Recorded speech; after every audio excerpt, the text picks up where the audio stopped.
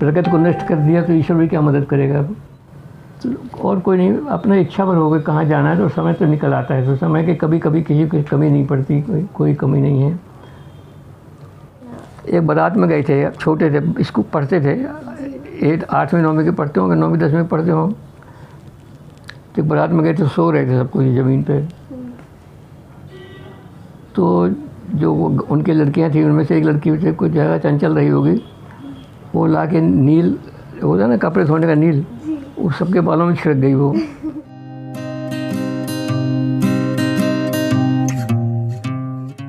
नमस्कार, आप सभी का स्वागत है डूडलिंग वर्ड्स की पॉडकास्ट श्रृंखला दास्ता कहते कहते में।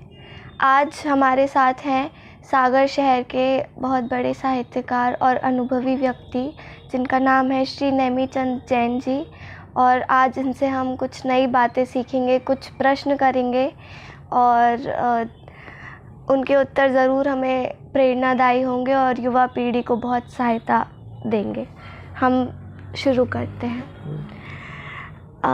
सबसे पहला प्रश्न मैं आपसे पूछूंगी कि आप इस उम्र में भी बहुत सक्रिय हैं, तो आपके अनुसार उम्र का जीवन पर क्या प्रभाव पड़ता है और ऐसी चुस्ती फुर्ती के लिए युवाओं को क्या करना चाहिए? देखिए, उम्र का अब हम तो सोचते, मैं तो कभी मैंने ये गिना ही नहीं मैं कि कितना बड़ा होता जा रहा हूँ, सही ईमानदारी की बात है ये। तो उम्र का तो मेरे ख्याल ही नहीं किया कब इतने बड़े हो गए, बिल्कुल भी आप कर। और अभी भी हमको लगता नहीं कि मैं बड़ा हो गया हूँ, मैं कोई मेरे आदमी उम्र से बढ़ता नहीं है, अब अकल से बढ़ते हैं। तो अकल है नहीं, अब उम्र से क्या होता है, उम्र तो बेकार चीज़ है। उम्र तो एक दिन खसक गया, एक दिन खसक गया, बस हो गया। आपके लिए साहित्य की शुरुआत आपके जीवन में कहाँ से हुई और आपका जो लेखन है और पाठन है, दोनों शुरुआत आपने कैसे की और आपकी प्रेरणा क्या थी उसके लिए? प्रेरणा तो कुछ नहीं, शुरुआत ऐसे हुई, बड़ी हंसी की बात, आप भी हंसोगी। अब कहने की ये नहीं है। एक बारात में गए थे, छोटे थे, इसको पढ़ते थे, 8वीं 9वीं के पढ़ते होंगे, 9वीं 10वीं पढ़ते हों। तो बारात में गए तो सो रहे थे सब कुछ ज़मीन पे।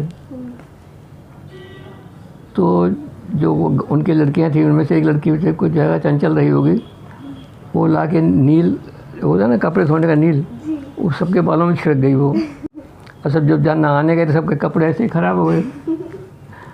तो उसको हमने कहा ये तो किसने किया, तो बताया कि वो तो चली गई।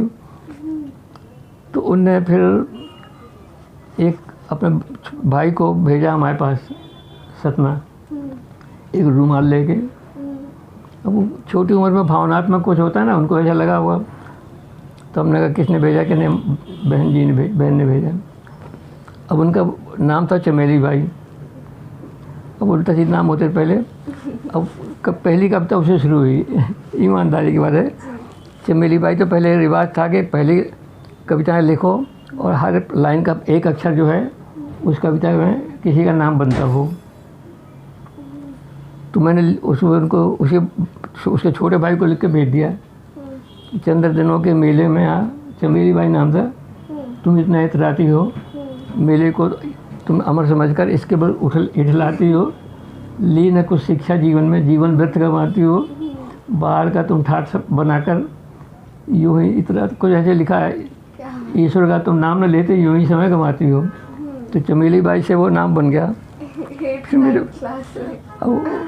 और तो उस बार से ऐसा लगा कि आप करें। हम लोग तो एक फिर संस्था खोली हमने सबने मिल के, उसको शनिचरी संस्था बोलते थे।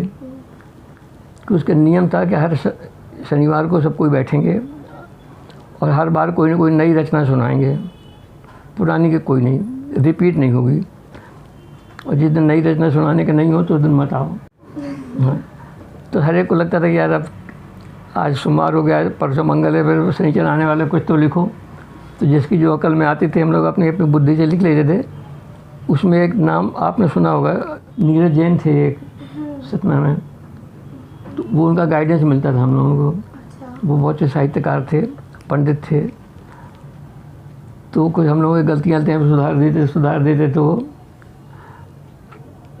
तो ऐसे बढ़ते गए। अब जब सुनाते हैं उसमें लिखा एक पोस्टर लगा रखा था, सुनने का पाप सुनाने से कटता है। मतलब आप सुनने पर को नहीं आते हो, सुनाओ भी, मतलब ऐसे। तो ऐसे धीरे धीरे प्रगति बढ़ती गई। फिर बड़ों की संगत मिली, मतलब अपने से बड़े की उम्र के, तो कहना जो लिखी वही बताओ। तो कोई सुनाना शुरू कर दी बेशर्मी से। तो धीरे धीरे फिर हौसला बढ़ता गया।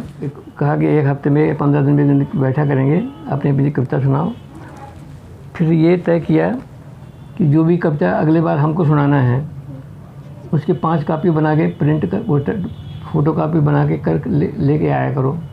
तो 5 लोगों में बाँटेंगे, पहले वो पढ़ेंगे, फिर आप उसमें क्या करेक्शन करना चाहते हैं वो आपसे पूछना चाहते हैं कि आपने ये किस आधार पर लिखा, क्या मन में भावना थी आपकी, इस पर चर्चा होती थी। फिर तो जब चर्चा होती तो एक नई आयाम खुले कि अब यार इसके लिए भी तैयार रहना पड़ेगा कि हमारे अंदर क्या भावना आ रही थी, तो क्यों लिखा ये ऐसा। तो धीरे धीरे क्या हुआ, मंच मिलने लगा। मंच मतलब एक होता है कि वो नशा मुक्ति योजना चलती है, तो वहाँ के कलेक्टर हमको बुलाते थे, 1000 रुपये देते थे कि एक कभी गोष्ठी अरेंज करिए आप इसी नशा मुक्ति पे। तो मंच मिलने लगा। फिर बाद में एक सज्जन थे, हर साल की 1 जनवरी को एक बहुत बड़ा अखिल भारतीय मुशायरा करते थे। अखिल भारतीय माने सचमुच अखिल भारतीय। ये राहत इंदौरी हैं और वो कहीं से कहीं के आते थे लोग, बड़े बड़े। और 2 ही लोग होते थे जो कि उनके बुलाने पे लोग आते थे, और कुछ लोगों को बाहर निकलने में संकोच होता था। तो वहाँ के पुलिस के जो एसपी थे, तो या तो वो बनते थे चीफ गेस्ट और हम अध्यक्ष।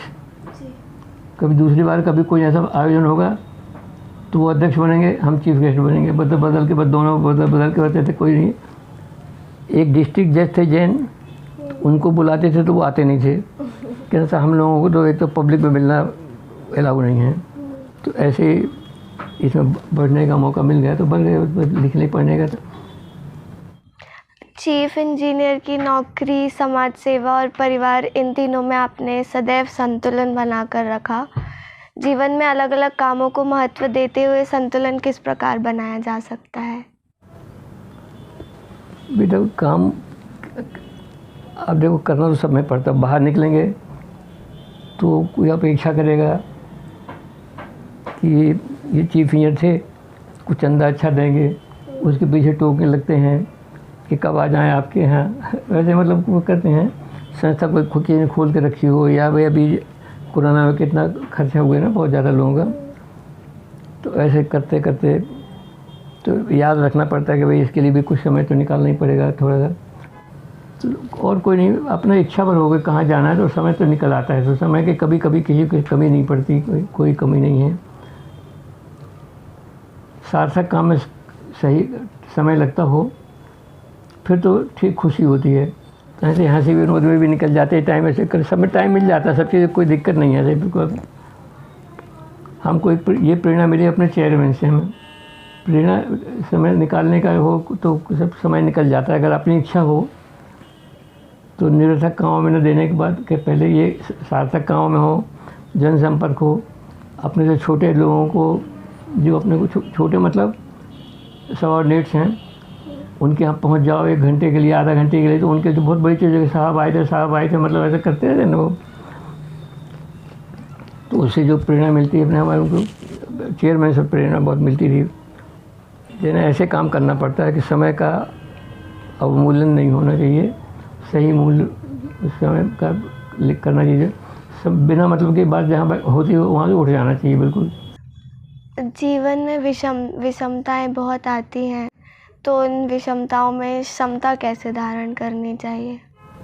मैं बताऊँ आपको एक बार, आप कहीं अभिमान कर रहे हैं, ये ज़िंदगी में हमको कभी भी एमपीवी की करीब 35 साल की सर्जरी हो रही, हमारी सर्विस रही।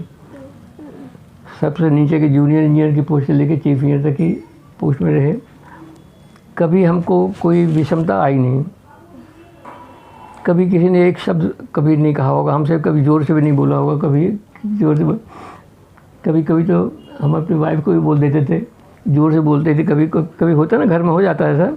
हम इतना तो हमारे चेयरमैन ने कभी हमसे नहीं कहा जाए तो तुम बोल रही तुम कि नहीं, तो ऐसा होता था पहले। तो हमको कोई तकलीफ़ हुई नहीं कभी ज़िंदगी में, मतलब सर्विस काल में हमने जो मांगा वो मिला। अगर हमने किसी से कह दिया सर हमारा ट्रांसफ़र यहाँ से वहाँ करवा दीजिए, जैसे हम बिलासपुर में थे तो बिलासपुर में हमने, और हमारे जो चेयरमैन थे उनने हमको प्रमोशन देके आउट ऑफ वे में हम प्रमोशन देके 5 लोगों की लिस्ट थी, उसमें हमारा नाम सबसे नीचे था। उन्हें सबका नाम में काट दिया, उन्हें हमारे नाम कर दिया कि इनको पहले प्रमोशन करो। उन्हें प्रमोशन करके बिलासपुर भेज दिया, तो ऑटोमेटिक लोगों कर मिल जाता था। तो ऐसे होता रहा, कुछ हमें कुछ मेहनत नहीं करना पड़ी। मेहनत तो करी, मतलब बहुत मेहनत करी, नहीं तो अपने आप तो बिना उसको होता नहीं। सबसे पहले ईमानदारी होना चाहिए। मैंने जीवन में कभी एक पैसा किसी से नहीं खाया, तो ऐसा विश्वास भी जम जाता है लोगों को, करते तो नहीं काम बंद होता। देश के वर्तमान परिदृश्य पर शासन को आंतरिक एवं बाहरी समस्याओं के समाधान हेतु कौन से प्रयास किए जाने चाहिए, और मतलब लोगों के जीवन में शांति का वातावरण आ सके? देखिए, शांति तो तभी होगी जब आप मन से बेईमान नहीं हो। जिस आदमी ने पैसे खाए होंगे, अगर किसी ने 5 लाख रुपए दिए होंगे, शाम को रात को दे गया होगा, उसको रात भर नींद नहीं आएगी। कहाँ रखें, तकिया के नीचे रखें या यहाँ रखें, कल अभी छापा पड़ जाए, कहीं कुछ हो जाए, उसको नींद नहीं आ सकती, पक्की बात है ये। तो शांति तो उसकी जब भी है जब आपके मन में कहीं खोट नहीं हो, एक काम में पैसा नहीं आपने लिया हो किसी से। ऐसे कौन से कवि या लेखक हैं जिन्होंने आपके जीवन को सबसे अधिक प्रभावित किया हो? देखिए, सबसे अच्छा हमें प्रभावित तो नहीं कहते थे, अच्छा लगे जिनके, हमें राहत इंदौरी हैं, उनकी शायरी हमको सब बहुत अच्छी लगती है। उनकी वो नए प्रयोग करते हैं, बहुत ज़्यादा अच्छे लगते हैं वो उनको, उनके प्रयोग और उनके बोलने का तरीका बहुत अच्छे बोलते हैं वो। ईश्वरीय सत्ता पर आपके क्या विचार हैं? ईश्वर एवं प्रकृति में से कौन सर्वोपरि है? देखिए, प्रकृति सबसे बड़ी बलवान है, ईश्वर से ज़्यादा। ईमानदारी की बात अगर करें, आप भी समझते हो, बड़े बड़े सब सैने बैठे हैं, प्रकृति को नष्ट कर दिया तो ईश्वर भी क्या मदद करेगा? तो प्रकृति के साथ खिलवाड़ करोगे तो फिर ईश्वर क्या करेगा? ईश्वर तो वो दंड देगा ही। वो तो ईश्वर की कोई सत्ता नहीं है। ईश्वर अपने कुछ नहीं करते, अपने कर्म करते हैं, जो करते हैं हम करते हैं। हम कर्मों का फल miलता है, वो मिलता है हमको। ईश्वर क्या करते हैं? भगवान अपने भगवान को देते नहीं देते, ऐसे हाथ पे हाथ रख के बैठे रहते हैं, वो तो कुछ नहीं कहते। आज के समय में जैसे युवा हैं और भी लोग हैं, तो हम देख रहे हैं कि आत्महत्या बढ़ती जा रही है, तो उसके परिप्रेक्ष्य में आप क्या युवाओं को संदेश देना चाहेंगे? युवाओं को तो बेटा हम तो कहते कम दिक्कत है, अभिभावकों की ज़्यादा गलती है। अभिभावकों की गलती मतलब खुद जब पढ़ते रहे होंगे तो उनके 45% भी नहीं आते होंगे। अब लड़कों से उम्मीद करते हैं कि 75% लाओ, और उसके पीछे पड़े रहते हैं, पढ़ाई करो, तुम कुछ नहीं पढ़ते, सुबह शाम डांटते रहते हैं मान लो। तो अभिभावकों की ज़्यादा गलती है। जिन बच्चों को पढ़ना है तो पढ़ ही लेते हैं। अभी पेपर में आया कि एक लड़की ने, वो उनके पिताजी ऑटो रिक्शा चला रहे थे, तो उस लड़की ने, पिताजी ने उनको हेल्प किया, ऑटो रिक्शा चलाते थे। एक भाई सब्ज़ी बेचता था, और इतना करने के बाद उसने बन गई, डिप्टी कलेक्टर बन गई वो। ऐसे कई अनेकों केस हुए हैं ऐसे ये। तो डांटने में टेंशन रहता है बच्चों को पढ़ाई में, तो जब ज़्यादा अपेक्षाएं करने लगे तो आत्महत्या कर लेते हैं फिर वो। आज के दौर में साधु संतों, मंदिर, मस्जिदों एवं अन्य धार्मिक कर्म कांडों की संख्या में वृद्धि होने के बाद भी पाप और अनाचार बढ़ रहे हैं। इस विषय पर आप क्या कहना चाहेंगे? पिक्चर फिल्म्स है ना जी। और अब मैं क्या बताऊँ, आप कभी टीवी देखते रहती हो ना जी। इतने न्यूनतम कपड़े पहन के लड़कियाँ निकलती हैं, तो उनके माँ बाप भी नहीं रोकते उनसे, और माँ बाप में कुछ चेतना हो, अपने बच्चों को रोकते भी हों, परंतु उनके ऊपर रोक नहीं है। लड़कियों के ऊपर, महिलाओं के ऊपर रोक नहीं है। वो डांस करते थे, मतलब उसको ऐसे को तो बिल्कुल बैन कर देना चाहिए इनको। अपने अब क्या बता रहे युवा क्या करेंगे बेचारे। अब युवा भी तो मतलब उनकी अपनी भावनाएं होती हैं ना, वो कब बिगड़ जाएं, कब हो। 4 लोग बैठे होंगे, अब वो हर एक कोई अपने अपने पसंद की बात करेगा, अपने अपने औकात जितनी होगी वैसी बात करेंगे, तो उसमें कितने बिगड़ेंगे कितने बनेंगे। तो क्या बेहतर है तो अपने संगत देखना चाहिए कि कहाँ हमको जाना है कहाँ नहीं जाना, किससे मिलना नहीं मिलना। ऐसे किसी संगत में मत बैठो जहाँ तुमको तुम्हारा धर्म खंडित होने वाला हो या तुम्हारे माँ बाप का आंखें नीचे झुकने वाली हों। अब कितनी लड़कियाँ मानती हैं कितना नहीं मानती, तो उनको अब कहाँ तक है। माँ बाप बीच समझाते हैं, माँ बाप समझाते हैं, वो चल देती हैं वो तो। आज युवाओं में मटेरियलिस्टिक वो बहुत अप्रोच बहुत बढ़ गई है। आज के जीवन में सिर्फ स्वार्थ पे अब सोचो जो इतनी मटेरियलिस्टिक जो बढ़ गई है तो तकलीफ़ें भी कितनी बढ़ गई हैं। रोज़ छापे पड़ रहे नहीं पड़ रहे। तो जो मटेरियलिस्टिक जो होने की लालसा बनी रहती है, कितना खाएगा आदमी, क्या करेगा। कमाई कमाई करना है, लोग कर रहे हैं। और एक करोड़ों मतलब इतने नहीं, कई लाख करोड़, ऐसा नहीं है कि तो जितना रिक्वायरमेंट हो। देखो अब जैन धर्म में समझाया था परिग्रह नहीं करना चाहिए। सबसे बड़ी बात जितना अपने ज़रूरत हो उससे थोड़ा 10% 20% ज़्यादा रख लो, और क्या करो। फिर ज़्यादा पैसा हो जाए तो फिर हमेशा इसी में हो, कोई बचता नहीं है। आपका ATM से निकल जाएगा, वो तो कोई चोरी कर लेगा, हाइक कर लेगा, हैक कर लेगा ना, वो कर लेते हैं आजकल, करते सब। जीवन में सफलता का क्या, सफलता कैसे मिलती है? सफलता तो मेहनत से मिलती है। देखो हमने एक कविता में लिखा भी है कि मौजों के मतलब लहरों से के पास खड़े रहने से कुछ नहीं बनता। नदी पार करना है तो पार करना है तो लहरों में पानी में उतरना होगा आपको, और लहरों को काटना होगा, तब उस पार पहुँचोगे, नहीं तो नहीं पहुँच सकते। तो वो तो अब सबको मालूम है, तुमको भी मालूम है। ये तुम हमसे पूछ रही हो, वो पारंपरिक है, इसलिए पूछना चाहिए ना। तो तो तुमको भी मालूम है कि बिना मेहनत की सफलता कहाँ मिल सकती है ना। जी धन्यवाद आपसे बात करके, और जितनी भी हमारी बातचीत हुई आपसे, जितने भी उत्तर जानने मिले, उससे हम युवाओं को बहुत प्रेरणा मिली है। अब पता नहीं बेटा, ये तुम लोग जानो, तुमको कितनी मिली, हम कितना प्रभावित कर पाए, कितनी अपनी अकल लगा पाए, हमको मालूम नहीं। परंतु अगर कुछ भी असर पड़ा हो, थोड़ा भी असर पड़ा, हमको 10% भी असर पड़ा हो, तो हमको लगता है कि हाँ बहुत कुछ हो, कुछ तो तुम जाके उसको दूसरे को प्रेरित करोगे फिर। आप सभी का बहुत बहुत धन्यवाद। हमारे साथ जुड़े रहिए अगले सेशन के लिए।